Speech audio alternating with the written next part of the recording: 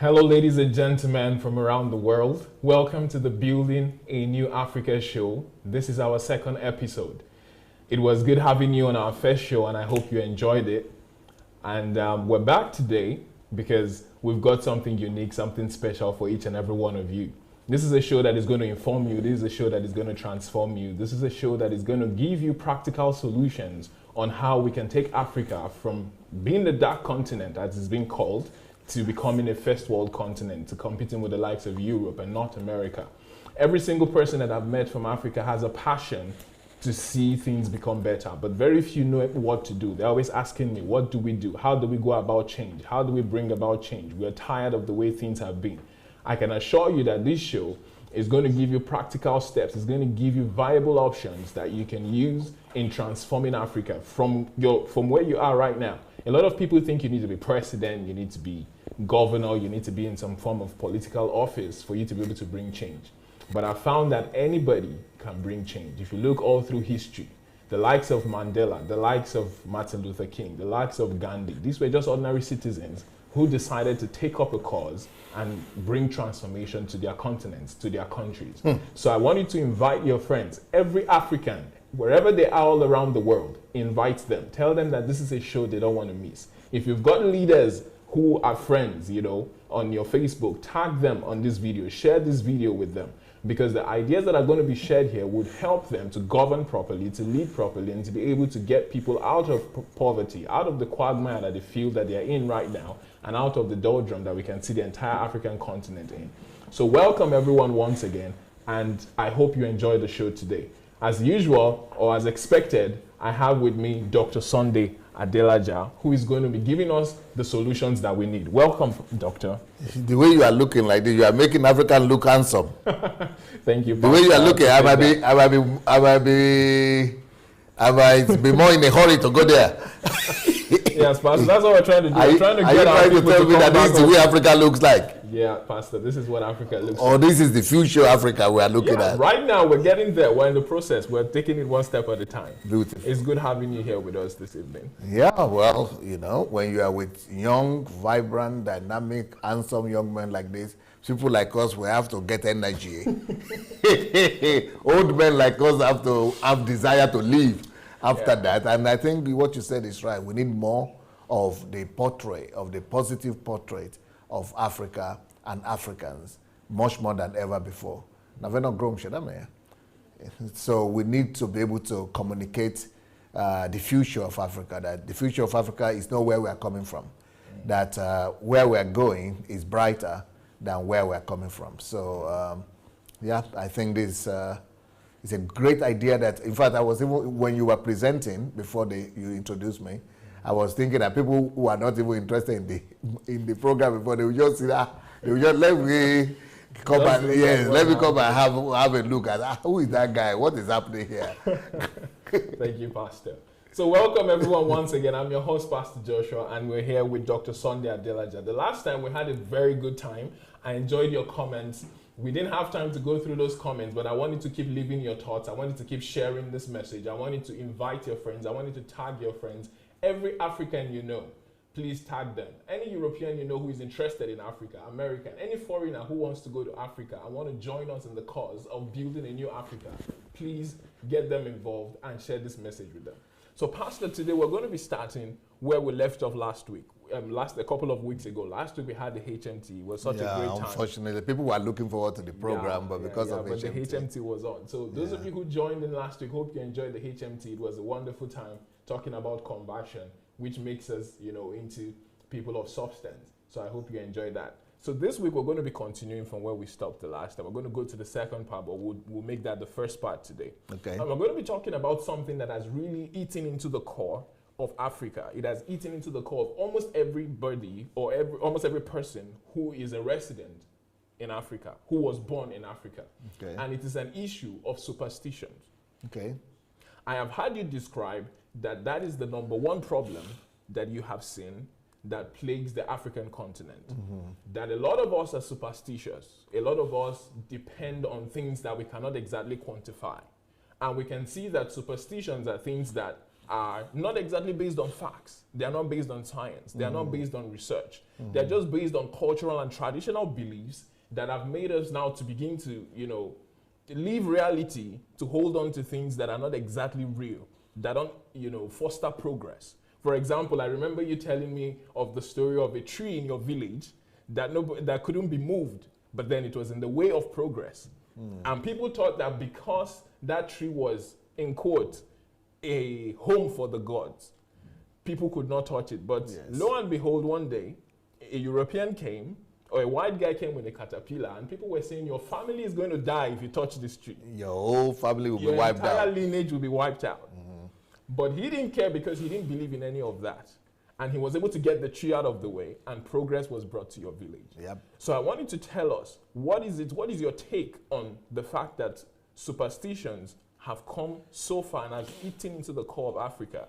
And what do you think we can do to get it out? So first of all, describe to us in your words what superstitions are from your experience. Now, from my definition, superstition, what makes it dangerous is the fact that when you have superstition, you are believing, and through your belief, you are empowering inanimate objects or occurrences of nature to be elevated above the man. Let's say, for example, you have flood in the city. There is a city in Nigeria they call the city of Ibadan. You have Ogunpa or something flood all the time. Yes. So this flood comes in, and when there is raining season, and people have been struggling with it. So whenever the flood happens after the rain, people begin to make sacrifices. So what does that say? They say, oh, you have offended the gods. And so you have to sacrifice. They used to sacrifice human beings to appease this thing. And now they are sacrificing animals or things like that. And what does that mean? God did not create man to worship creation, to worship river, to worship storm, to worship, even in our country, even thunder from heaven. The God of thunder right now, the God of iron. They made it because anything that is, what is superstition? Anything that is inexplainable to them, in their reality, they exalt it to the status of God. So they now make things, the occurrences of nature, they exalt it above themselves and begin to worship it. So in some places, there are trees that the tree may be too big, or it's unexplainable why it's living so long. Because when they were born, the tree was there, and now they're getting old, the tree is still there. So they now begin to say, okay, this thing is mysterious. So they begin to worship it. So whenever a man that is made in the image and likeness of God exalts anything above himself, he is exalting creation above the creator, and is making the God of creation, the creator himself, to bow down. That is what we call animism. Animism is the worship of elements and elements of nature. So superstition encourages that. Superstition makes you it reduces you. It removes your worth. It removes your dignity. So, for example, in India, where they have superstition, a human being will be hungry, dying of hunger, lying in the street, where cows are walking. Nobody can touch the cows. Because the cows, because of their superstition, is sacred. But human being is outcast. So human being will be dying where cows are being fed. So that is what superstition could do for you. The human life and dignity is reduced. Human life and dignity is, and not just human life and dignity, even the God of the man is being humiliated. And God is being submitted and being forced to bow down before his own creation and the things that he created. It's just like saying, me that created this thing now, I should now be going to worship it and bow down to it, whereas I know that I'm the one who created it. It's an insult. But that is just one aspect of superstition. The other aspect of superstition that makes superstition very problematic is that superstition paralyzes progress and development. Superstition paralyzes progress and development because when you see that tree, like in my village, you will say, don't touch it. And today, because of the white man that came to the village, the tree is being removed, and now we have a secondary school there. Before, we couldn't have the secondary school. So there will be no school, there will be no education, there will be no industry, there will be no hospitals, just because you elevate tree above the lives of the people that, because the whole of creation was created for man, that we will rule over and have dominion over nature. And I would like to tell you that this is not just an occurrence in Africa. This is the way the whole world was before Christianity came. It is Christianity that reversed history. It is Christianity that stopped paganism and animism, whereby men are worshiping creation. It is Christianity that now said, no, look at what the Bible says, that God created us and made us the crown of his creation. He crowned us with glory and honor and submitted everything under his feet, under our feet, that we will have dominion. So what is that? Why is that important? Because when you know in your mind that you are supposed to subdue the earth and have dominion over that sea, you then begin to look at technology. You begin to study and look at how you can curtail. Am I using the right word? No, is curtail. it curtail? How you can curtail that flood instead of worshiping that river. How you can put harness its power. How you can harness the power and produce, from that flood, produce electricity, hydroelectricity, or make it to work for the good of or produce irrigation system for the city. So you subdue the nature.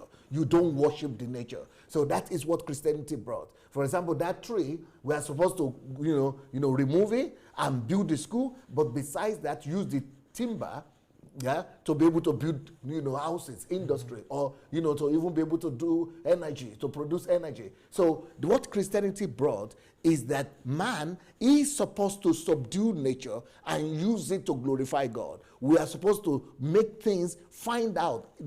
That's why Christianity brought about education and civilization, because you want to find out, because you have a commandment from God that you should subdue the earth. So you want to find out, how can I have this subdued? And that is what gave birth to the development of education. And because of that, that's how we came to science and then industrial revolution. And so now we're having progress everywhere, because the mind says that no aspect of nature should be above the man. The man is supposed to be ruling and managing and subduing the earth. But in paganism and through superstition, you are told that no, you are too small for the thunder, for the flood, for the tree, for the stone, for any little thing that you cannot explain. You begin to worship it. So everything is paralyzed. The rivers, the water system will not be developed, bridges will not be built, cars will not be developed, industry will not be developed, electricity will not be harnessed. Nothing will be done because of fear. That if you try to do anything there against the will of the gods, that the gods will come down and punish you. So that is another aspect of superstition that is dangerous. The next aspect of superstition that is dangerous is that superstition is always based on fear. So you cannot have a society of superstition without being bound by fear. So the fear of doing things and the fear of daring. That's why you discover that most of the people who have gone to, even to discover the Niger, River Niger, these are white people. Why? Because our people are not daring enough. They are afraid of it, because they will say the gods are there. Or if you go there, the spirits of the gods will punish you. But so there is no daring, there is no innovation. There is no archaeological discovery because of that. And the fear also brings about suspicion and suspicious. So people become suspicious of one another, and that leads to enmity. Enmity between neighbors and between relatives, between parents and, neighbors. So instead of loving your neighbor, you begin to fight your neighbor. Suspect your neighbor, harm your neighbor, and that is why enmity is everywhere. Witchcraft is everywhere, because you want to protect yourself against, the people that you are suspecting. Now, this is another problem of superstition. It also leads to the question of, whenever things happen to you, you begin to look at the world from the point of view of who is to blame, rather than what. How do we solve the problem? So you begin to ask the question of who rather than what.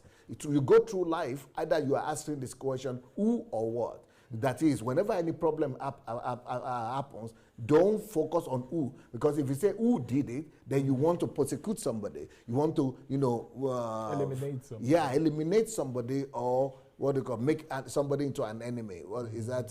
Victimize or you. Yeah, you want to implicate somebody, you want to victimize them, you want to incriminate somebody, okay. And then you begin to look at a way to eliminate them. It leads to destruction. And then genocide comes. Yeah, that's why genocide is that that tribe that is to blame. It is that nepotism, tribalism, all comes from superstition. So, but when you look at it from scientific point of view, which is what led to that. Why is that my wife sick? If it is in superstition, you will say it is some witch or wizard that are responsible. Somebody in the village, some stepmother or some neighbor is responsible for the sickness of my wife. But if it is, you are asking what is this problem with my wife, then you discover that, oh, it is malaria.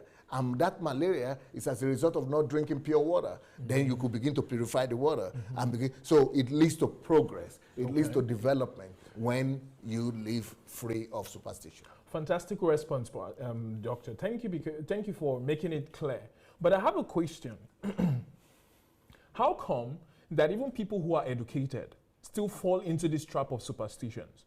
When you were talking about the death of people, your family came to mind. I remember your story of how just in 1 year, you lost in 6 months, you lost about 5 influential, not just people who were trying to make it, people who were well-to-do. Yeah, the very top of your family, those people who were the flag bearers, those people who were well-read, who studied in Europe, who studied in America. You lost all of them. And I'm sure that educated people were the ones who told you that it was because of some juju or it was because of some superstition. So how do you marry the fact that education is not even eradicating this superstition from a lot of the people in Africa? You will see people who are professors still going to the village, still going to their localities to pay homage to some of these things and to even advise people against going, against some of those things that you have mentioned. Probably a tree or probably a river or probably a stream. It's like they are detached from their own locality. It's like there is a power somewhere holding them bound. So how do you explain the fact that even education doesn't seem to eradicate this superstitious belief in many cases? Yes, this is because what we call education is school most of the time. And school, the way it is right now, set up by the world system, school is not education. It's not synonymous. It used to be taught like that school will bring education to you. But you are not educated because you go to school. Most of the way the world system and the school system is set up these days is for you to be able to graduate and become a servant to Uncle Sam. It's for you to be able to service the system. You are sent to school so that when you come out, you'll be able to get a job. So the whole agenda, the whole idea of schooling and going to university and all that is for you to be able to service the system of the world and keep the system moving. So it's for you to be able to get a job. If they are not concerned about your erudition, your general erudition, they are more concerned about you doing what they tell you to do, being a servant, being a slave, being obedient, being obedient. And they just give you a curriculum. That's why they have a curriculum. And the curriculum is you just have to learn and memorize the things that you need to know. And you need to go and use that where you are needed, as as a slave, like a messenger. But really, education, what does true education entail? True education entails 3 things. You are not educated until you are taught to question everything. So education is the ability to question and query. If you cannot question and query everything, you are not educated. You don't have an independent mind. And you don't have an intellectual curiosity. So one thing that education is supposed to give us is what is called intellectual curiosity. When there is no intellectual curiosity in your educational process, you have just gone through the process of making you into another man's slave to become a slave to Uncle Sam. Sorry, that Pastor, is number 1. Let me slow you down there. Somebody needs to tweet this out. Somebody needs to turn this into their status. Education is not about just going to school. Education is about intellectual curiosity. Most people are educated, but they don't question. In Africa, Pastor, they tell us It's that like it's not allowed. when you question anything, they tell you you're being disrespectful. They say you are being rebellious. Yeah, they say you're rude. They will say you're being a talkative. They will say you're being petulant. They will try to silence you. So somebody needs to share this message and somebody needs to tweet this out. Education is not about going to school. Education is about the act of questioning. It's about the act of querying things that you don't understand, instead of just saying, well, we're going to just leave it to the gods, or it's more powerful than we are. So, Pastor, I just had to interject there. So let's go to the second point, please. Yes. The second point, what it means to be educated, is the ability to know. If you go through school, either medicine or whatever, or philosophy, or what, doesn't matter what you study, anything you study, even primary, secondary school. If you go through school, you are not taught, number one, the art of questioning, which is intellectual curiosity. Number two thing you must be taught, for you to know you are educated. Only these people are educated that know and have been taught that the outlook to the world must be based on cause and effect. So no matter what you studied and no matter the degree you have, if your outlook, if you have not been taught in worldview, and your worldview and outlook at life is not based on the principle of cause and effect, then you didn't go to school. You are not educated. You have gone to the school, you got certificate, but you are not educated. You are still superstitious. Yes, and you are a servant of, you become a servant of the elements around you. You become a servant and a slave to the system, instead of you to be able to rule over the system. So that is number two. So please tweet that out as well. Education is your ability not just to be able to read books, but to be able to understand them. Many people just go to school and they come out with certificates. Certificates don't make you educated. Tell somebody. It's about cause and effect. It's about cause and effect. If you're able to describe what caused something and how it brought about an effect, then you can call yourself an educated person. When you can look at the situation and go to the root of it and then come out with an outcome and then describe an outcome and then describe solutions, that is what education means. And I discovered that in North America and Europe, that's the way most of them are. Yes, that's the way they are. And that is why most of the religious folks from Africa find it difficult to blend into society. And they cannot convert them. Yeah, they cannot convert them. So it's like, and that's why most of them are atheists and they make fun of us as Africans. Because we don't believe in cause and effect.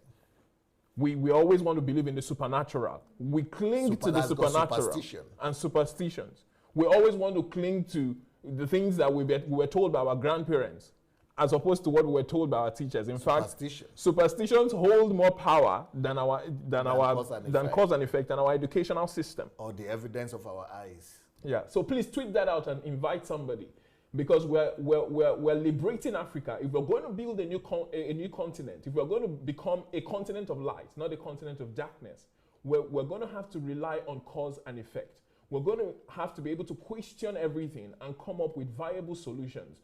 Gone are the days where people will say, keep quiet. The era of keeping quiet has come to an end. It's now a new era of questioning. It's now a new era of cause and effect. So, Pastor, please take us to the third part. Yes, concerning cause and effect, Ralph Emerson said, weak people believe in miracles and in chance, but strong people believe in cause and effect. Oh, Pastor, Africa is not ready for you. They will stone you. Because I said only weak people believe in miracles? Yeah.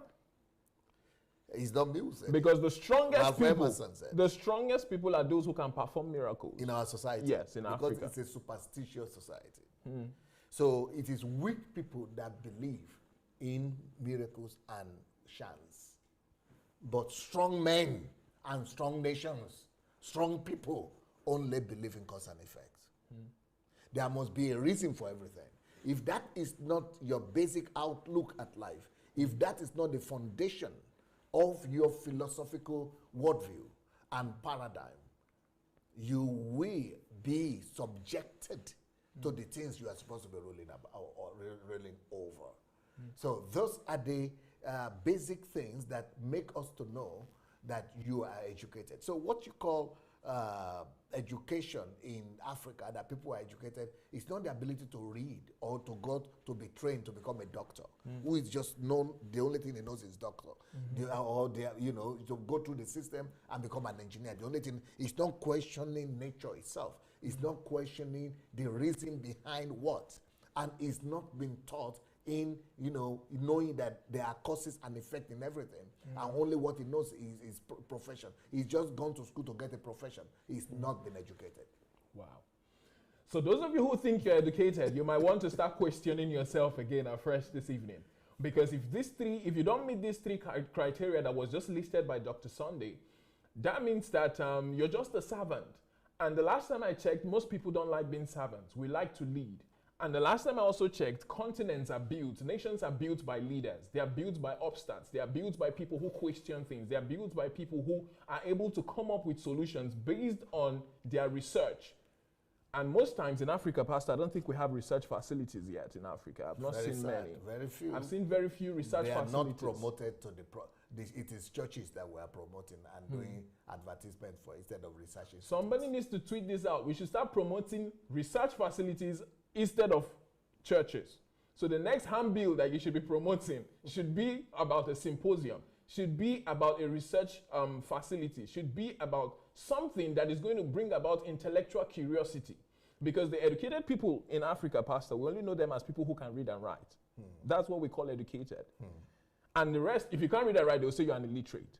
But from this description you've given unto us right now, we can see why Africa is not making progress, because we are not really educated. At our core, we have not been taught to question things. We've not been taught to look at cause and effect. We are more reliant on superstitions than we are reliant on facts. And that's a problem.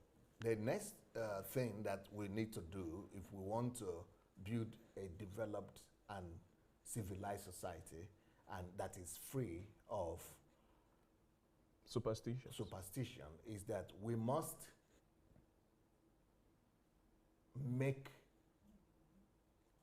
build a society, we must make our people know that the only authority in the society should be the truth. I just had this very recently, I read it during the HMT, that whenever truth is not the authority in any society, then people will worship when there is no authority of the truth. Authority will become the truth. When there is no authority of the truth in the society, when the truth is not the authority, the ultimate authority of that society, then authorities of man, authorities of institution will become the truth. So whatever any authority says, that's what you go with. That will become the truth. Whenever the rich person says, so for example, in Nigeria, it is the authority of the truth. I mean, it is the truth of the authority. It is truth of authority instead of authority of the truth. For example, the truth says that for you to get to heaven, to go to heaven, you must receive the Lord Jesus Christ, your Lord and Savior. That's what the word of God says. That's the truth. But if Pastor Adeboye will come today and say that it is through offering, you must pay your tithe before you get to heaven. If you don't pay your tithe, you will not go to heaven. People will say, yes, Adeboye is right. Why? Because it's an authority. So whenever there is no authority of truth, authority becomes the truth. Authority of men. For example, if you are the rich person, for your family, and you come and say, something that is not right, and you are a young person and you don't have money, the person that has authority, that has that money, becomes the truth. So truth becomes authority. So everybody is authority, no standard. And without, if you want to talk about civilization and progress, there is no society that can ever be industrially developed without the established authority of truth. For example, because if you want to build a nation that let's say you want to build engineering, engineering is based on truth. Because if you are doing your calculation, let's say civil engineering, you are doing calculation of this building, 2 + 2 must be 2 all the time. Must be 4. Or it must be 4. 2 + 2 must be 4. 1 + 1 must be 2. That is truth. Authority of the truth. It's not subjective. It doesn't matter how many authority comes. It doesn't matter if it's the president of the country that comes. It doesn't matter if it's the chief and the Oba and the king that comes. 2 plus 2 must be 4. 1 plus 1 must be 2. So authority of the truth. That is on what basis you can now build engineering. You can now build industry because there is nobody that's changing the rules. But when you have a society where the authority of the truth is not elevated, when truth is not paramount, what happens is that everybody changes the rules.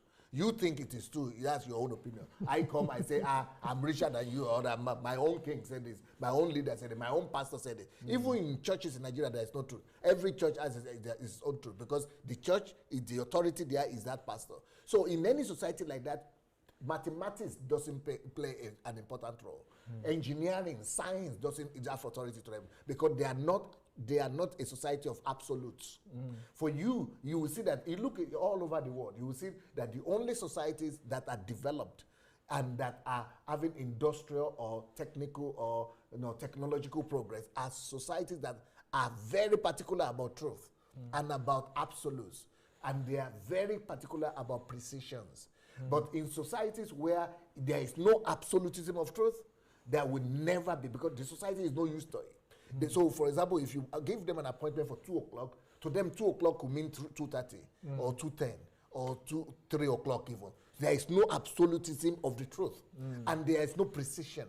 And so when there is no precision, there is no science. And when there is no science, there is no industry, there is no industrialization, there is no mathematics, there is no commerce, there is nothing. So we need. So that means this topic you are raising today. So that means the idea of Africa, that means the idea of African time, for example, is based on superstition. It's not based on precision. No, it's because we don't have truth. We don't have absolutes. Our society is not a society of truth. We don't have absolutes. We don't have ultimate foundational truth. Yeah, we don't have ultimate truth. That truth is the absolute. Nothing changes. If it is agreed, that is the truth. We don't change it. It must be a culture. We must develop a culture of truth. That if we all agree like this and shook hands, you would rather die than not. That is the society of truth. Okay, Pastor. How do we now enforce truth in society as opposed to what the despot or what the leader or what the richest guy says? How do we begin to make these things? Because we learn in school that 1 plus 1 is 2. Yes. But we're willing to change 1 plus 1 to 5 if somebody is willing to pay us enough money for it. Yeah, or if somebody who we respect says 1 plus 1 is 5. Yes. So how do we, as young people, as people wanting to build a new continent, how do we inculcate these values into ourselves and stand up against people who have been opposing this truth? And how do we make it the bedrock of our civilization? You see, authorities will become the truth when truth is not the authority. Okay. And the way to change that in our society, socio-economic, our society, economic development and society, Africa as a whole, is to begin to do massive propagation of principles. We must begin to renew the mind of our people. Enlightenment, massive enlightenment. It must be, inculcated into our educational system, into our churches and our religious organizations, into our families, into our news media, into our entertainment industry, into media, into everything that can. We must just, into our curriculum, into our school system, everything. We must begin to elevate principles. We must begin to tell people and begin to talk about it so that, for example, when our people are doing Nollywood, we are not just doing Nollywood because somebody can laugh. For example, right now we are doing this program, maybe we have 70 people or 50 people watching. I don't know how many people are watching. But when somebody is coming on and he's saying, the person that is against you in your father's house, you will see them with 7,000 people will be sitting down to watch. Why? Because the information that is, we become what we listen to. You see, just like we become what we eat, it is what makes you who you are, what makes me who I am. It is the subtotal amount of information, values, principles, and the things that inform your decisions that make you to be who you are. So basically, it's information you have been fed with. So the information our society has been fed with from cradle, from very small, when we were born, they are these superstitious, that they are based on superstition. So we must reverse that and begin to make sure that information that people are receiving every time, for example, if you want to do Nollywood film, We are not putting babalawos and witchcraft there as because we ultimate just want authority. to get, yes. But when you communicate that, that's what you have as a society. So we must change that. We must begin to say it is principle. You see, these people acted by principle, everything worked out. They acted by that, they didn't come anywhere. So that must enter into Nollywood, for example. So the same thing, it must enter into schools. The same thing, it must enter into politics. The same thing, it must enter into media every day. That principles is what holds societies together. Value systems. As opposed to superstition. Yes, and I've written a book on that. It's called How to Know the Purpose, the Calling and Purpose of a Nation. Yes, how to know the purpose, the calling and nation purpose. And so there I wrote about that. And then about Nigeria in particular, I've also written a book, Nigerian Leadership Question. But in that book, the Calling and Purpose of Nation, I've even identified the 20 main value systems that Nigeria is built on. That we can now go back to extract and use it to build a new society. So the value based system, on our national anthem. Yeah, no, national anthem and the historical books of Nigeria. Okay. Yes. So the burden that are placed upon our forefathers, the burden that they carried and communicated, that is where you will be able to discover the values upon which the nation is built. Okay. So I've already been able to extract that. There are 20 of them. 20 value systems upon which they are the building block upon which you can build a new Nigeria. Interesting. Pastor, I was able to compile. But if you are not from Nigeria, I've also written in that book, The Purpose and Calling of Nations, how every country, how everybody can discover the calling and the purpose and the value system of their country. That's the book they have just shown. Thank you very much, Pastor. I want us to begin to question every single thing that we know. Anything in your life that is not based on fact, anything that is not based on cause and effect, anything that is not based on research, that is not based on truth, you need to begin to change it today. We need to begin to ask questions of our leaders, ask questions of our in fact, question yourself. What I believe. Why do I behave like this? Yeah. Pastor, I was able to compile a list of superstitions. Okay. I just got at least 10. The top 10 most common superstitions in Africa. Number 1, hitting your leg against a stone is seen as an evil omen and is warning you to go back home.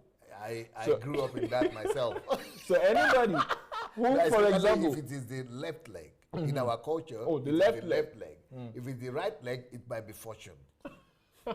So somebody might be going for a job interview. Yeah.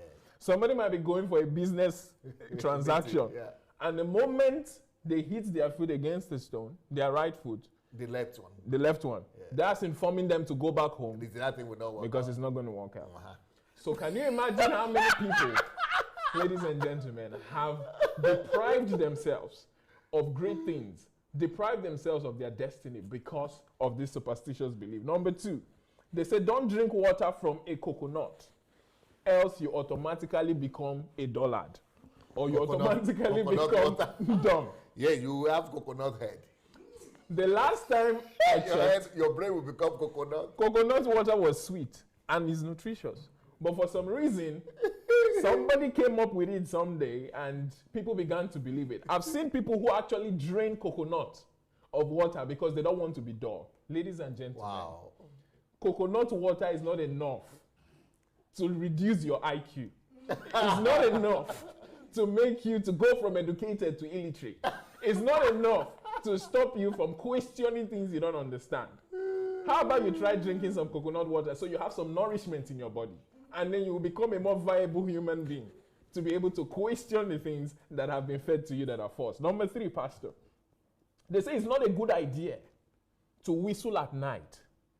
Because if you whistle, there is a belief that snakes will locate, or evil spirits will locate your residence. So you cannot... So what about if whistle is evil, but what about if it is instrument that whistles even louder, like flute? You are just trying to make your house the meeting point of witches for that night. And for some reason, many people still believe these things. Up to today. And it's strange. I'm not a big fan of whistling, but if you want to whistle in the morning, in the afternoon, in the night, well, feel free to do it. Demons are not even aware of the place of snakes. They don't care about the sound they're making with you. Snake are not even, they don't even care. Number 4, they say don't allow people to cross over you with their legs, or else you will cross over your legs. Yes, That means if you're sitting down or you're lying down, if somebody crosses over you, they believe that the child, that if you give birth to a child, the child will have either one especially hand pregnant women or one leg. Then when you're pregnant, in fact, it's worse. They say the person will look like the person who crossed over.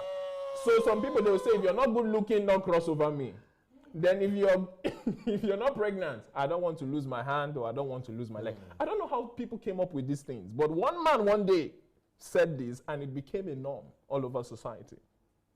Number 5, they say owls hooting on the rooftop of a nearby tree is a bad omen and it's believed that somebody in the residence close by would die. Many of you don't know the bird called an owl. Well, the owl is just making an unusual sound. OWL. Yeah, OWL. But some people have come to the conclusion that if that owl comes around your house and makes certain sounds, it means somebody is going to die. Even if it didn't make any sound, because I remember when I was growing up in my village, I came back from school one day and my grandmother told me that, you remember that owl that flew to our neighborhood, to our backyard the other day, and you caught it and killed it, and you cooked it. Well, wow. What I discovered, we just came from school. They just called me from the neighboring village that the son of your brother, the daughter of your brother died. Wow. Just this morning. It is because of that owl. You see, anytime owl comes like that, somebody is going to die. That's what she told me. Incredible. So that means indirectly you were the one responsible for the death of someone in your family. I killed that thing. Well, you were just hungry and you needed a bed. And it led to the death of an innocent lady there, girl. Ladies and gentlemen, killing an animal does not determine who, or even a bird. An owl is such a small bird. For somebody to think such a bird will have influence over human life, over something that Jesus died for. And the person didn't even die in our house or in our died village, long far away. Village, but because it's the son of the daughter of my brother, so it is because of it's the owl who killed it. Wow. Somebody needs to share this message because we're breaking out of superstitions. Number 6, they said if your hands are itching you without reason, it means that money is coming. Is coming. Wow. Even if you don't sign any contract. Yes. Even if you don't have a job. As long as your palms are itching you, money is coming. You're about to become money is on the way. So instead of us to look for jobs, let's be looking for. Let's just be waiting for that sensation in our hands. Wow. And I don't know who came up with that, but I guess probably somebody had a coincidence one day. Some people say, yeah, my hand is itching me. Something is going to happen. Money is coming. Yeah, well, all the best, but it's luck. Superstitious. It's not based on cause and effect. It is not based on research. It's not based on truth. It's not universally true. So I hope you got that. Number 7, they said eating in the dark is forbidden. Wow. It is believed that such an act... What about in the world of NEPA now when there is no... in fact, in Africa, it's going to be difficult because most times some people don't have light. In fact, there are a lot of villages in Africa today who have not seen electricity before. So I guess this superstition says dead people will be eating with you, or ghosts and spirits will be eating with you. So I wonder how you're supposed to see ghosts in the dark when you can't even see them in the light. So when you see them in the dark eating, a ghost might just be sitting right next to you, and somebody really believes this stuff. And when they want to eat, even if there's no light, they'll go and look for somewhere that is bright enough. But churches are even encouraging this kind of mindset, superstitious mindset, unfortunately. Yeah, go ahead though. Number 8, if you spit on the floor and someone steps on it, you will have sore throat. Wow. I also grew up, I believed that thing with all my heart when I was growing up over there. Wow, so you were not spitting anyhow? I was doing it, but I was covering it with sand so that nobody would step on it. So that your throat will be secured? Yes. Interesting. The last time I checked, sore throat is a result of some cold and weather change. Yeah, and infections. Ladies and gentlemen, 1 + 1 is 2. No matter where somebody steps, no matter how much saliva you pour out of your mouth. How can that come? It doesn't influence what happens. Me, I've gone long time and somebody step on something and I go and be sick. Exactly. Superstition is a dangerous thing. Yeah, it's really dangerous. It keeps us in the dark. That was number 9, eh? That was number 8. Oh. Number 9, don't bend over and look through your legs in public or you may see witches. Like this? Yes.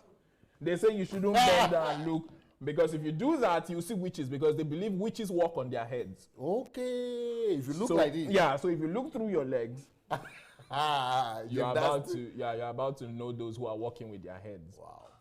But it's strange because when you're walking upright, you don't see legs in the air. So how come when you bend over, you see somebody's head, but when you look up, you don't see the leg? No, because you are operating by questioning.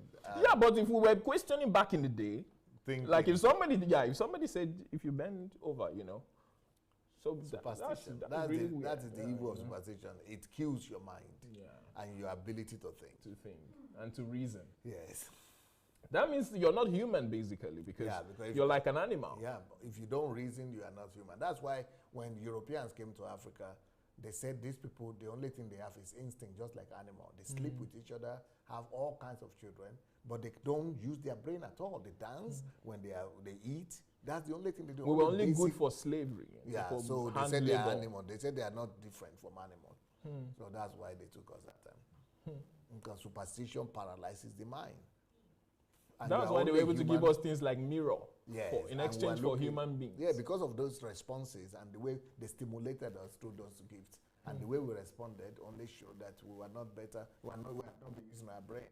But even though before, if you read my book, How Africans Brought Civilization to Europe, you will see that, no, there was a time that we used to rule over Europe. And, but, by the time we came, there are reasons for that, but by the time they came, they discovered that we had fallen so low, so we are not using our mind anymore.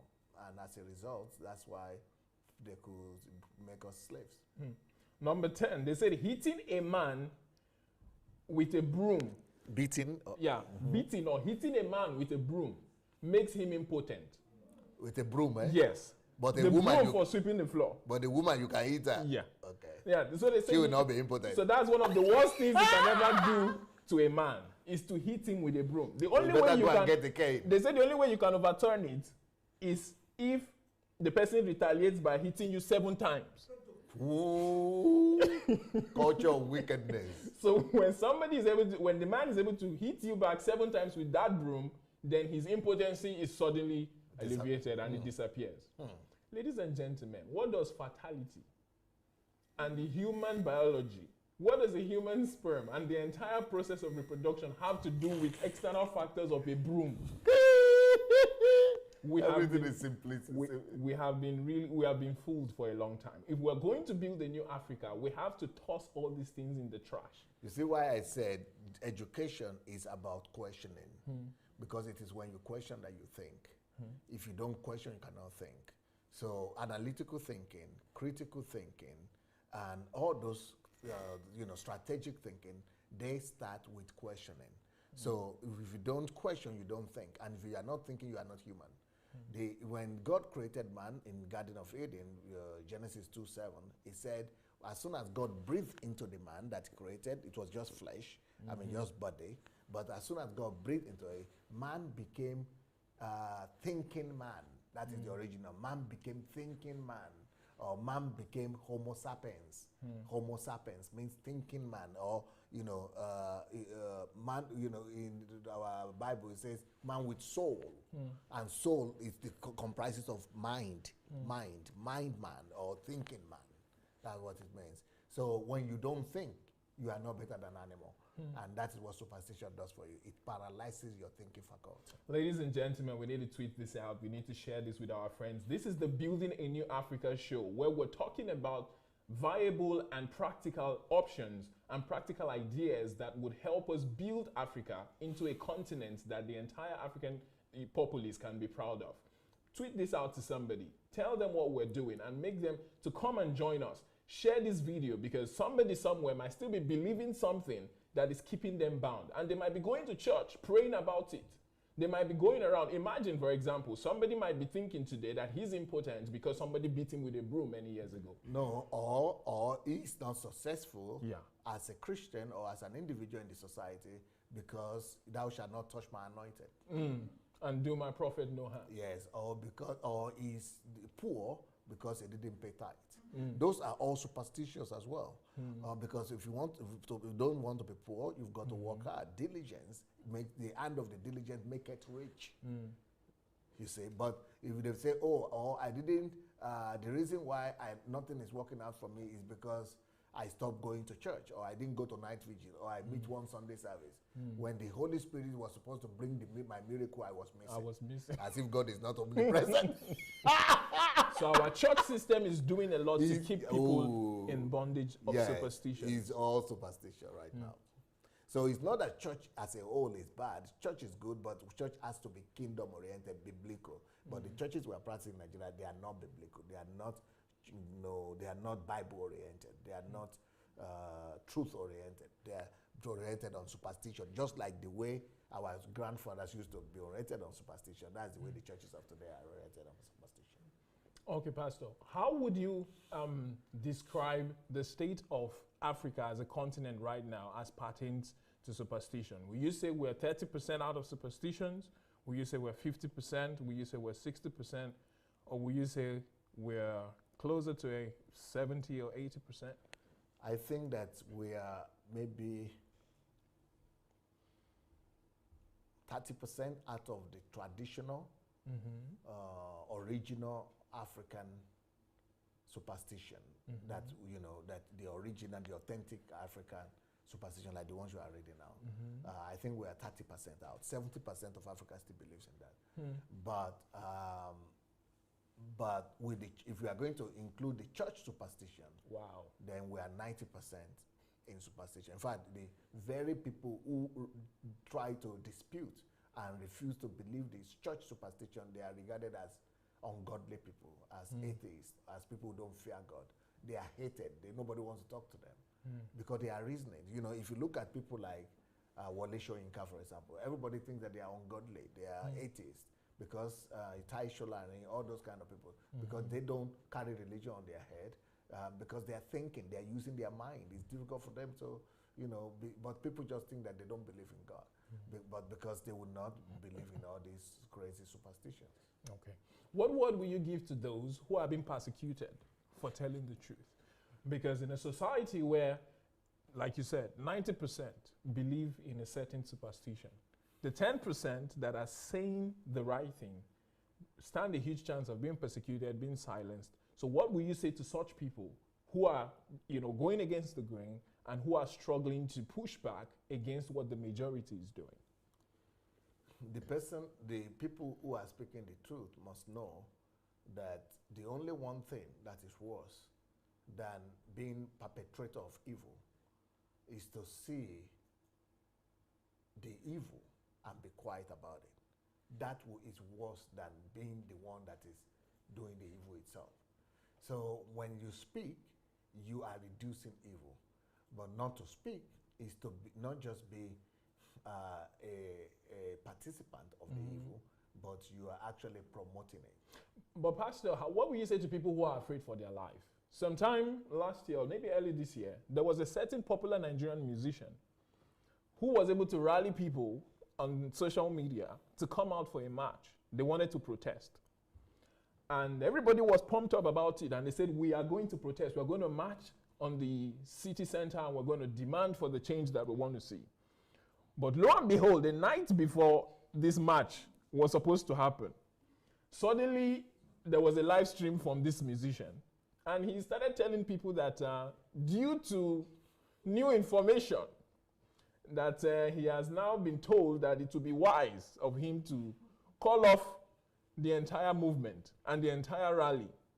He said, as a matter of fact, he doesn't think it's going to work anymore. And a lot of people were angry, a lot of people were disenfranchised, and some people said, well, they cannot blame him because he's afraid for his life, he's afraid for his family, he's afraid for his livelihood.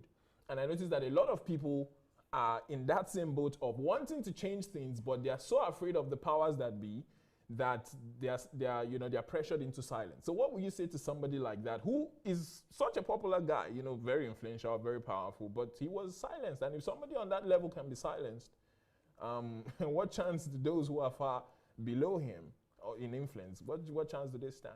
There are a few things I would like to say in regards to that. Number one, you are not totally human until, like Martin Luther King Jr. said, that if you don't have something to die for, then you don't have anything to live for. You must have something that you believe in so much that you are ready to die. Because death will still come anyway. That's the ultimate goal for everybody. Everybody will still die. no matter how much you are afraid of death. So if there are no values that you treasure so much that you are ready to sacrifice your life for, then you don't deserve to live. So that's number one. Number two,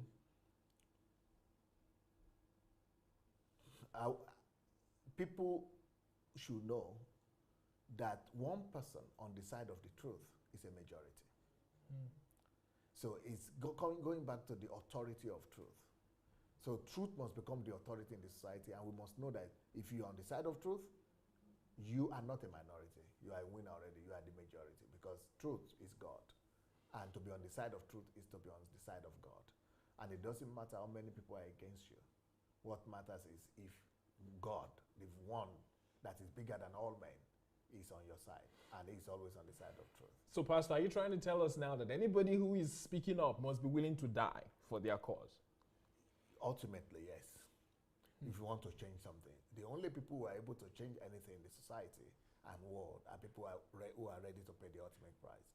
But there is also a place for wisdom, which is before you could go, depending on the opposition that you are encountering, before you could go ahead to speak, make sure that you use wisdom, because by wisdom a house is built. So what does that mean? Build something, build a system, build a fortress, build an association of people. When you are able to build, for example, a movement, let's say you come out with 2 million, 5 million people, it's not possible to silence you. So make sure that you build. Don't just act out of impulse, or don't just act out of emotion. Make sure that you apply wisdom, and wisdom will enable you to build. So build a structure like we do in Ukraine here. We set up NGOs, social organizations. We build movements. We organize ourselves. We build structures, systems, curriculum. We build political structure. We join political system. We build social movements. We build public organizations. Just like, you need to build a system. Otherwise, you will end up like Abiola, that came back to Nigeria. He was abroad, though. He came back to Nigeria to announce that he's the president without building a system. So he had the support of the public, but because he lacked a system. He lacked a system because he was supposed to have built a system, first of all, of evacuating himself or protecting himself. He was supposed to build a system to be able to stop the aggression of the opposition or the military, or he was supposed to build a structure inside the military itself whereby they would turn against the government. He was supposed to have thought ahead of that. All right. So that means whoever is going to come out, you don't just come out talking. You come out after you have done your homework. Built a system and done your homework. Yes. So ladies and gentlemen, this is the Building a New Africa show. Please share this link or share this video with your friends, because these ideas are what are going to bring about change. Now, a lot of people have said, I don't want to end up like Abiola. I don't want to end up dead. So many people have said, I'm afraid for my life. I'm afraid for my family. So this is the best way to go about it. Before you come out publicly, make sure you build a system behind the scenes. Make sure there is an infrastructure that is going to, hold you up in spite of the opposition that you feel. But Pastor, in the case of that celebrity, he already had a lot of people who were willing to come out. And he was like, he already had a system online of people subscribing. That's not the system. That is crowd. That's just crowd. That's just gathering a crowd, right? Yeah, that's totally different. So that is not a system that is viable. Yeah, because, it is Margaret Mead that said that do not doubt that an organized small group of people are capable of changing the world, because indeed they are the only ones who change it. A small organized group of people. A small organized group of people. It's the ability, it doesn't matter if you are even big or small, but the ability to organize them. That is what leads to. That's what system is. Not just to gather crowd. So just being popular is not enough. Some people think popularity is all it takes. Fela was popular now. They killed the mother as a result. Wow. And he ended up in jail. So Pastor, if people want to learn how to build systems, where do you suggest they go to? Oh yeah, that's why I organize what is called History Makers Training. I have some teachings already on systems if you go to my YouTube page, you go to the HMT, look for HMT or look for the word system, Sunday Adelaja HMT, Sunday Adelaja system, and you go through all the HMT videos, you'll see a lot we have talked about systems. Yeah, that's one of the one of the good things that God has taught me over the years. Okay. So those of you who want to learn how to build systems, it doesn't come to HMT. Just Yeah. write to hmt@godembassy.org. We'll be able to tell you, give you information when the next HMT is coming up. Actually, the next HMT, I already have a topic for it in February. From February 2nd to 7th, it's going to be about system. How to build a system for your life. We have for the next 20 years. Yeah. So, ladies and gentlemen, to bring about change, you have to be strategic. You have to be somebody a person of systems. So, those of you who are passionate about change, those of you who want to see a new Africa, you have to engage your mind. Your intellect has to work. You cannot just do it by prayer. You cannot just do it by confessing. Some people just say by God's grace, or some people say we believe that Africa go better one day, or some people say, oh, we believe that this continent somehow God would help us. Those things are just empty rhetoric. You have to learn the art of building systems. You have to be able to be astute in the ability to bring together a group of people, give them a vision, organize them, and then send them forth to be effective. I think that's an example of what Jesus did with the disciples. That's what he brought them together, he trained them, and then he sent them out. So Pastor is going to be breaking this down, and he's going to be giving us more tools and more of the things that we need in February. So make it a date. Wherever you are, you can get here to Ukraine. Or those of you who can get here, make sure that you join us online. So thank you very much, Pastor, for that. And we're going to go to the second part of our show for today, which is the question and answer segment. Now, the interesting question we have today is this. Looking at the European continent and the North American continent, they were built on Judeo-Christian values. Yes. They were built on values that were gotten by the likes of Martin Luther of Germany, the likes of John Calvin. In fact, there are people, I was listening to a senator in the US not long ago, and he described himself as a Calvinist. Yes. So these were the things that built up America's civilization. But now there's an uprising, and my generation, millennials and Generation Z, they are going through some kind of challenge that nobody has seen before. Okay. Europe right now is dominated more by atheists and people who are agnostics than people who describe themselves as Christians. Yes. Countries that still hold on to their Judeo-Christian values are being persecuted. The likes of Hungary, the likes of Poland, they are being looked at as people who are not progressive. Yes. And the entire continent is turning against the values that built it up. Yes. Same with North America. They are turning against those values, and there's an entire political party, an entire movement that has been dedicated to eradicating Judeo-Christian values because they believe it's based on superstition and it's not based on science, or it's not based on truth and based on fact. Now in Africa, first of all, how do we make Judeo-Christian values the bedrock of our belief system? I think you've even alluded to some of this already by talking about family. Then how do we make sure that for 1,000 years to come, Judeo-Christian values stands the test of time? And what is happening in Europe, where Christianity is being eradicated, in North America, where it's been pushed out, doesn't happen in Africa. And because in Africa, we even have more of an opposition in the likes of the Islamic religion and the traditional folks than we even have in the likes of Europe and in North America. So how do we make Judeo-Christian values what it needs to be in Africa so that we can build a civilized society? And how do we make sure it lasts for at least 1,000 years? Okay, when you talk about civilization and development in Africa, you have to, first of all, go back to see where did we get the civilization that we have today? Today's world, where did we get it from? What is responsible for today's civilization? What is responsible for the development and civilization of Europe? And what was the drastic change that brought about the world that we know today? Well, if you look at the book of people like Weber, Max Weber. Max Weber is a Austrian-German man that did a research in the 17th century about what led to civilization in Europe. And he came to the conclusion that the civilization and development of Europe was based on two things. He called it the Protestant ethics and the spirit of capitalism. That is the name of his book, Max Weber. Max Weber. The Protestant ethics and the spirit of Capitalism. Now, what is that? I have that book in my, what does that have in common? So that is one aspect. So if you want to know what is responsible for our civilization today, you must look at Max Weber's book, The Protestant Ethics. So the Protestants basically are the bottom rock of the civilization that we have today. Then if you go to America, you also want to find out what is responsible for the building of this new America that we have today.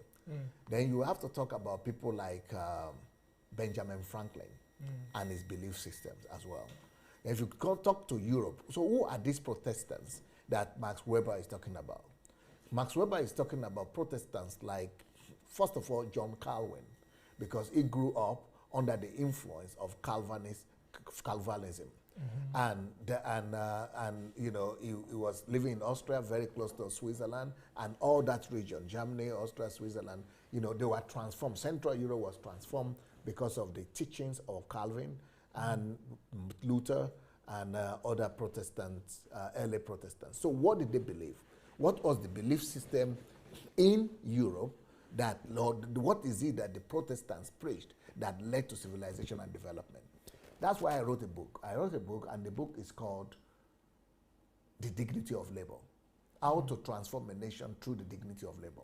So what is that talking about? First of all, what this man discovered is that he said he himself grew up in a family of these Protestants, and he saw the way, the whole country, the whole Europe, every family was always, like that. 3/3 of Europe was Protestants. They were under the influence of these Protestants. So what is it that they taught? The Protestant taught that there is dignity in labor, and that's why I wrote the book, Dignity of Labor.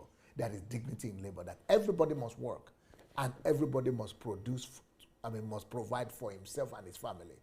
And they believed strongly in what the Bible says, that if you don't eat that does not work, should not eat. So the dignity of labor, productivity, it just brought about explosion, revolution of productivity. They didn't believe in one day of favor. That is better than 10 years of labor. No, they believe that there is dignity, not in favor, but in labor. And that's why everybody began to work and everybody began to produce. So massive industrialization just started, because everybody thought that it's a shame to beg or to look for welfare of that other people will provide for you. That you are not giving God glory. That the gift of God for you is that He gave you life. Your gift to God is that you walk, and through the work of your hand, you glorify God. And that whatever your works find, they must do as unto the Lord. So work to them is a way of glorifying God. So if we will bring, about our Protestants today, our Christians today in Africa, the Christianity that we are now practicing is the opposite.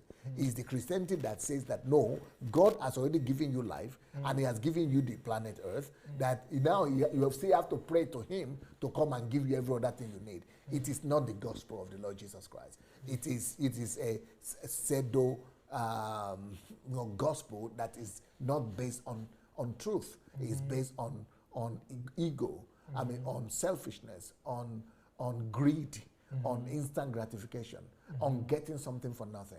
And it will never lead to development. So that is one thing that the Protestants preached and led to civilization, to the Industrial Revolution. But that was not the only thing they preached that led to the Industrial Revolution. What is another thing that the Protestants preached that led to this civilization and development that we are all enjoying today? The second thing they did is that they said that because we are working, we must work, that is industry and capitalism. But whatever the reason why we are working is not just to provide for ourselves. Altruism is the basis of their work. They are working for the sake of altruism. How much good can we bring? How much good can every person contribute to the society? That I want to create something that will help somebody else. So they began to teach strongly about thrift, the ability to save, the saving culture. So the Protestants brought, that's why in the place where Calvin lived in Geneva, it became the center of banking in the whole world up to today. Because they said we must work and save and see how much good we can do. You can no. So they believe in Christian service and in Christian mercy and kindness and benevolence of Christianity. So what is pushing them to work is the ability to be able to provide for others. But today, everybody is greed that they appreciate in Africa. The church, what they call church in Africa, is no more based on Protestant theology. It's now based on greed, on the worship of need, rather than the worship of God. Instead of you to walk, you want to receive breakthrough. You want to receive favor. And that is just the very opposite of the Bible. Now, when you go to America and look at, because in the work of Max Weber, you also see that he referred a lot to what was happening in America at that point. And he singled out one American that he said is a great mind that has contributed to the America that we know today. And in that book, Dignity of Labor, I spoke about the 13 principles that led to the America that we know today. What are the value system of America? Just like I said, we have 20 value systems that we could build a new Nigeria on. There are 13 of them that America was built on. And the person that is largely responsible for a lot of those, of course, they are all the founding fathers, but Benjamin Franklin, even though he was never a president, but that's why you see him on the big money of America, because he has the greatest influence over the nation. So what are some of the things he believes? He believes that you must work hard so that you will be able to save to do more good. So he believed, he's the one that came up with the concept that time is money. That if you are working, if you are wasting time and you are not working, that you are destroying your own life. You are wasting money and you are wasting life. So he is the one that says time is money, and so every time must be converted to money. It brought about the spirit of capitalism and industrialization big time. Then the second part of that is that it says doing good and virtues of service, of dignity, of being able to be good to other people is the purpose of man's life. Being better, character. So character, respect, love. He has 12 or 13 values or virtues that he developed for himself, and which became later on principles that they built a whole nation on. So he also believed that credit is money. So that that you must keep to your word. That is the biggest credit. Then anybody that gives you anything, you must be able to work it out. So it brought about a lot of. Then there is in England, there is another man that also contributed to this old civilization that we have. It's called Adam Smith. He also emphasized and did a lot of research on the reason for the development that we have today. That the spirit of capitalism that is based on moral, on culture, on benevolence, on service, on doing good to your neighbor is what brought about the capitalism and the progress and development, economic and industrial development that we have today. Thank you very much for that. So for Nigeria and Africa as a whole to change, we must first of all change our pulpit and change our message. So the message has to change. Yes, sir. And we have to start with the Protestant ethics, dignity of labor. We have to go back to the gospel that the Protestants preached. Pastor, I want you to address the young people in Africa. A lot of them are unemployed. Many of them have gone to school, but they don't have jobs. And they still have this belief that someone needs to employ them.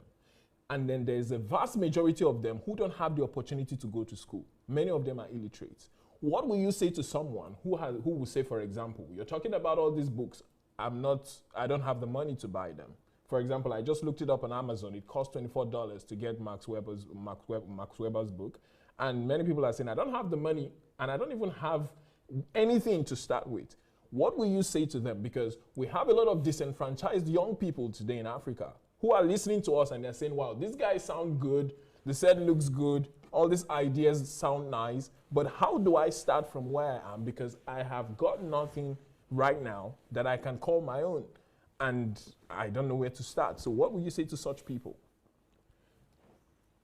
There is no man that deserves to live if he doesn't, first of all, look inside and discover himself. If you don't give life to yourself, you don't have life at all. You are only existing. So the very first thing that you must do is to learn to give life to yourself. So how do you give life to yourself? You first of all look inside.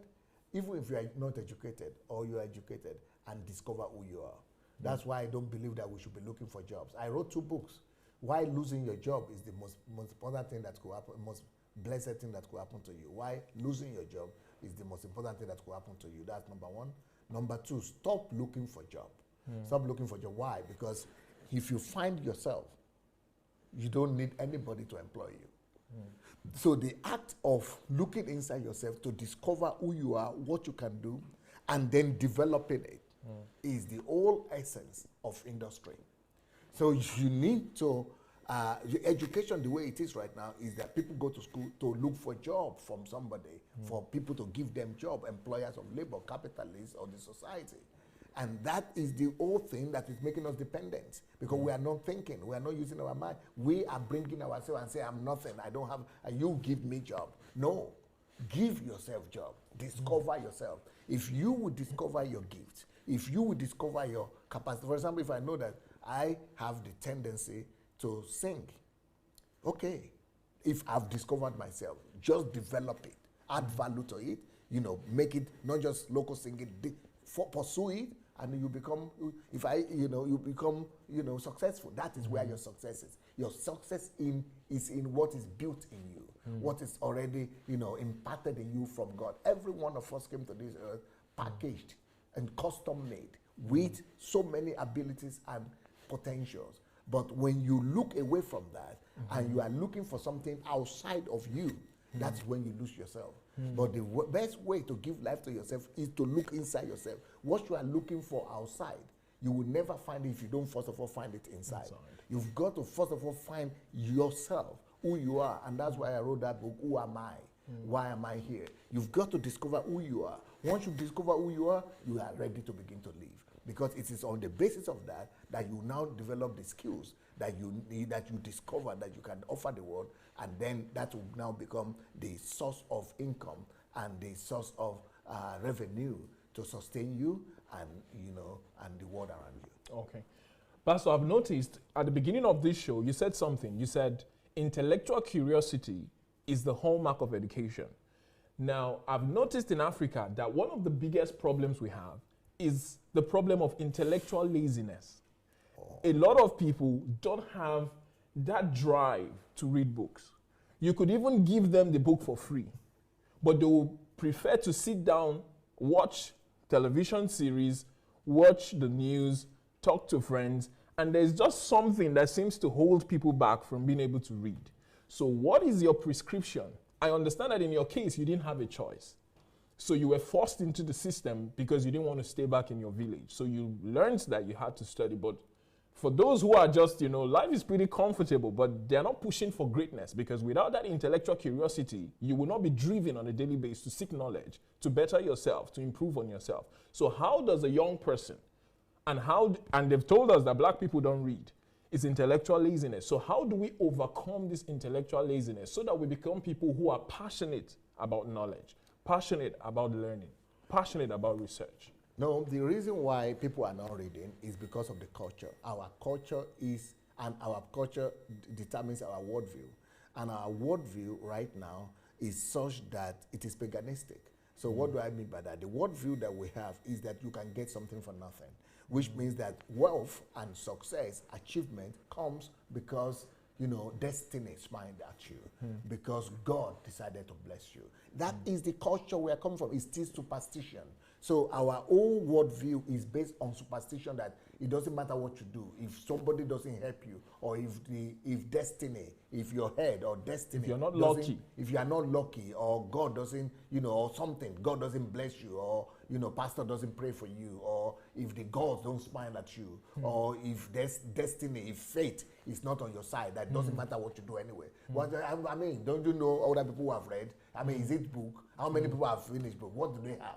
So once we have that attitude that your efforts doesn't matter, that it is only some celestial or some terrestrial forces that determine your destiny, your success, or your success, we will forever be the way we are. We will not strive. But we have to change that value system and that worldview. That worldview of our nation and the African continent in general has to change to the fact that, no, You become lucky only when you put in the efforts. If when somebody said, when I begin to work 18 hours a day, I become lucky automatically, even without looking for luck. So it is hard work that brings success. The harder I work, the luckier I get. The luckier I become. So, but when we are thinking and we have based our culture on the worldview of superstition, saying it doesn't really matter what you do, unless God blesses you, the God smiles at you, nothing will work out. Well, as long as we are thinking like that, we will not put in effort, we will not read, and even if we read in school, we will say, oh, I finished school and I stop reading, because we are only reading in school for an ulterior motive, for gain, for the education, for the employment that we need. It's not because we desire growth and development. Yes. Okay, but when somebody, for example, is saying, I want to better myself, I want to, improve myself, but I don't have anybody to help me. How do you think such a person can get ahead? That is exactly what I'm saying. You will never be able to give, nobody will ever give you what you have not been able to give to yourself. You see, we focus on what we don't have. I don't have somebody to help me. I don't have a rich member of my family. I don't have education. I don't have this. I don't have this. But it is really not about what you lack, but what you do with what you already have. Okay. It doesn't matter how small what you have is. If you can maximize that little that you have, little always become big. Every big today started with little yesterday. But when your focus is not on what you have, when you're always thinking about what you lack, each time you look at what you lack, you look away from yourself. Each time you think about what you don't have, you are looking away from what you have.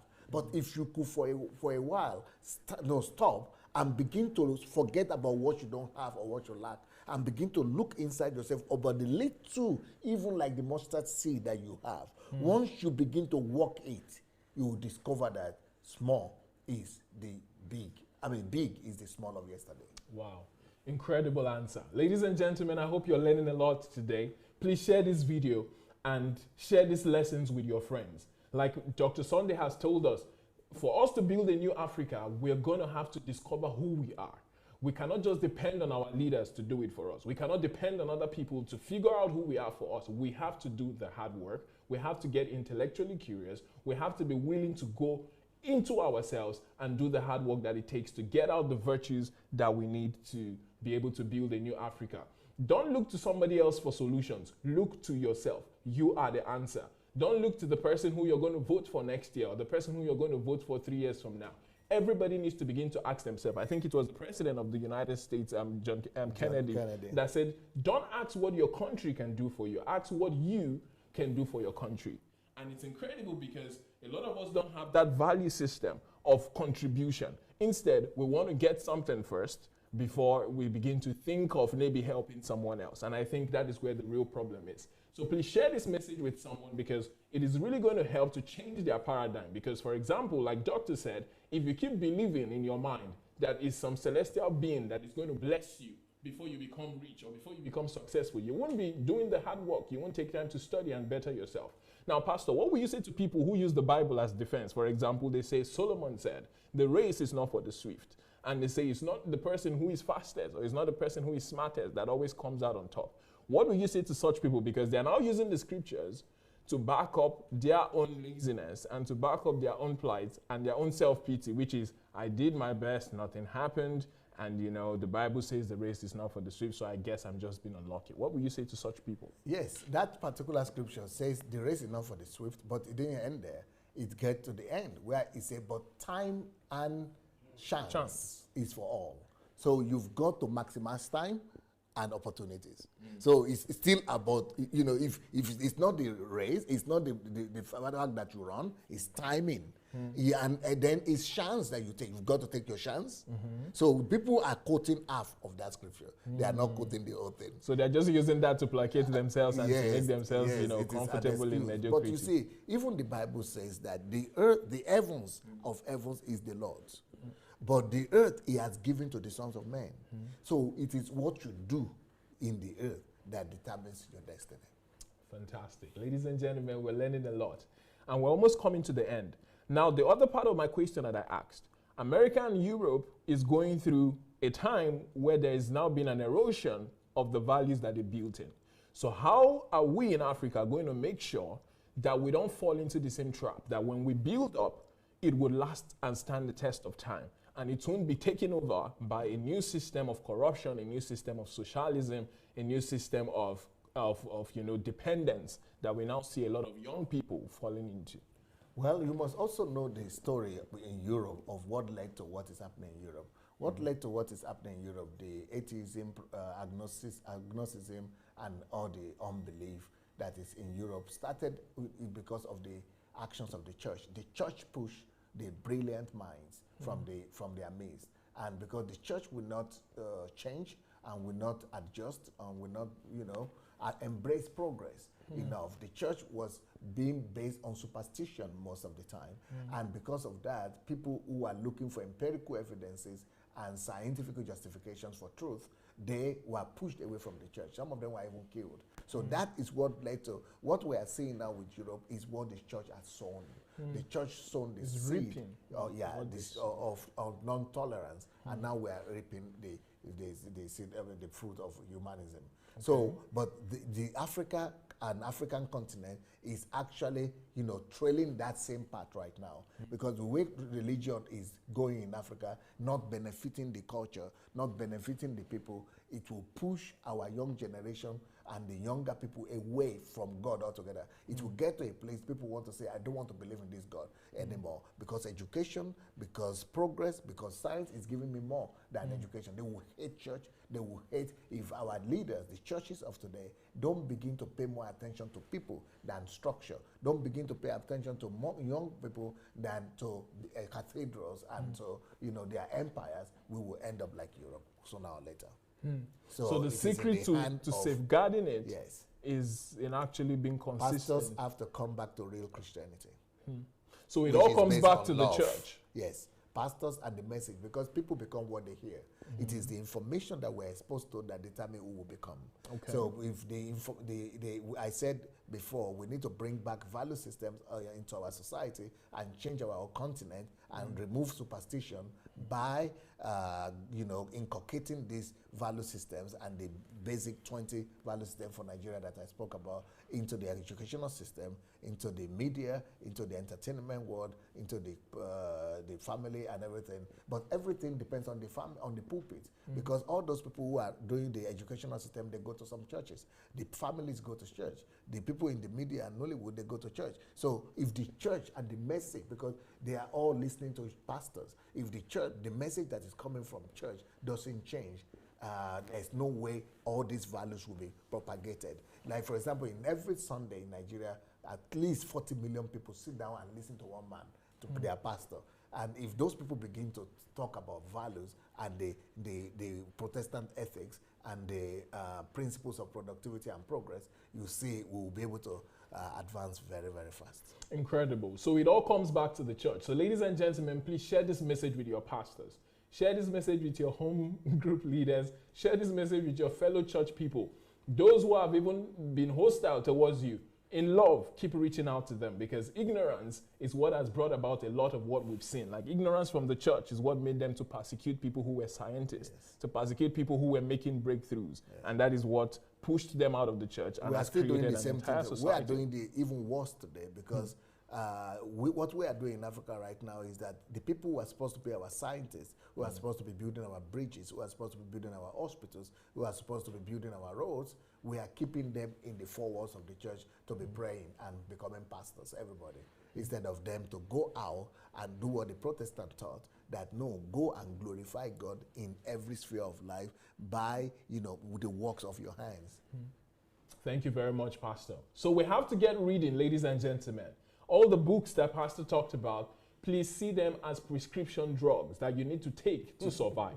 See them as a doctor telling you this is what you need if you're going to be alive 6 months from now, if you're going to be alive 1 year from now. It's funny that we fear, superstitions even more than truth, but we have to elevate truth above all our superstitions and above all the things that we believe that are not really in touch with reality if we're going to build a new continent. Begin to read books on Nigeria. Begin to read books. Pastor Sunday has written on almost every topic there is. There is a whole list of books. If you just go on Amazon and you type Sunday Adelaja, or you go on Okada Books and you type Sunday Adelaja, you see the entire list of books. If you go and you look for the likes of Max Weber, you see what they've written. If you type in the likes of Benjamin Franklin, he's my favorite American of all time, you will see his value system. So the time you spend on Facebook liking pictures, on Instagram liking pictures of people you don't know, who don't care about you, and who don't even admire whatever it is that you're doing with your life, spend that time studying, spend that time educating yourself. There are videos also on who am I, why am I here on YouTube. It's free. All you have to do is get your internet connection and then, download these teachings and then begin to use them to better yourself. And through this, we'll be able to build a new continent. So at the end of the day, I see that knowledge is what we lack. If we bring everything down knowledge to the cross, knowledge of truth and the pursuit of truth is what we lack in Africa. So to build a new continent, we need to love truth. We need to pursue truth. And by doing that, we'll have a continent that everybody will be so happy with, everybody will be so proud of, and everybody will be wanting to come and join us. So, ladies and gentlemen, we've come to the end of today's show. And next week, we're going to be back. We'll have a lot more interesting topics for you. And please share this video. Tell your friends about it. Share it with leaders. Share it with as many people that have complained. Anybody you've heard that has complained about anything at all in Africa, they need to listen to these videos. They need to listen to these things, because this is what will get us from where we are to where we want to be. So thank you very much, Dr. Sunday. This was wonderful. Yes, I want to say thank you to you, Joshua. Good job. Very difficult questions. It was very, very thorough. And I hope that some people are able to get answers to their questions. And I want to say to everybody, in the next 30 minutes, 25 minutes, I'll be coming on to talk about how to know God through the Bible. So some of you don't have data, like Joshua was saying. If you don't have data and you want to be listening to our messages, just send us your WhatsApp number. We will be sending messages to you on WhatsApp. And our WhatsApp number where you should send us is +38 098 596 3838 +38 098 596 3838. So if you will be able to send us your telephone number or the telephone number of your friends, we'll be sending you these messages every day. If you want to come here to learn about system or about anything that will be able to change your life, you can come for HMT, History Makers Training.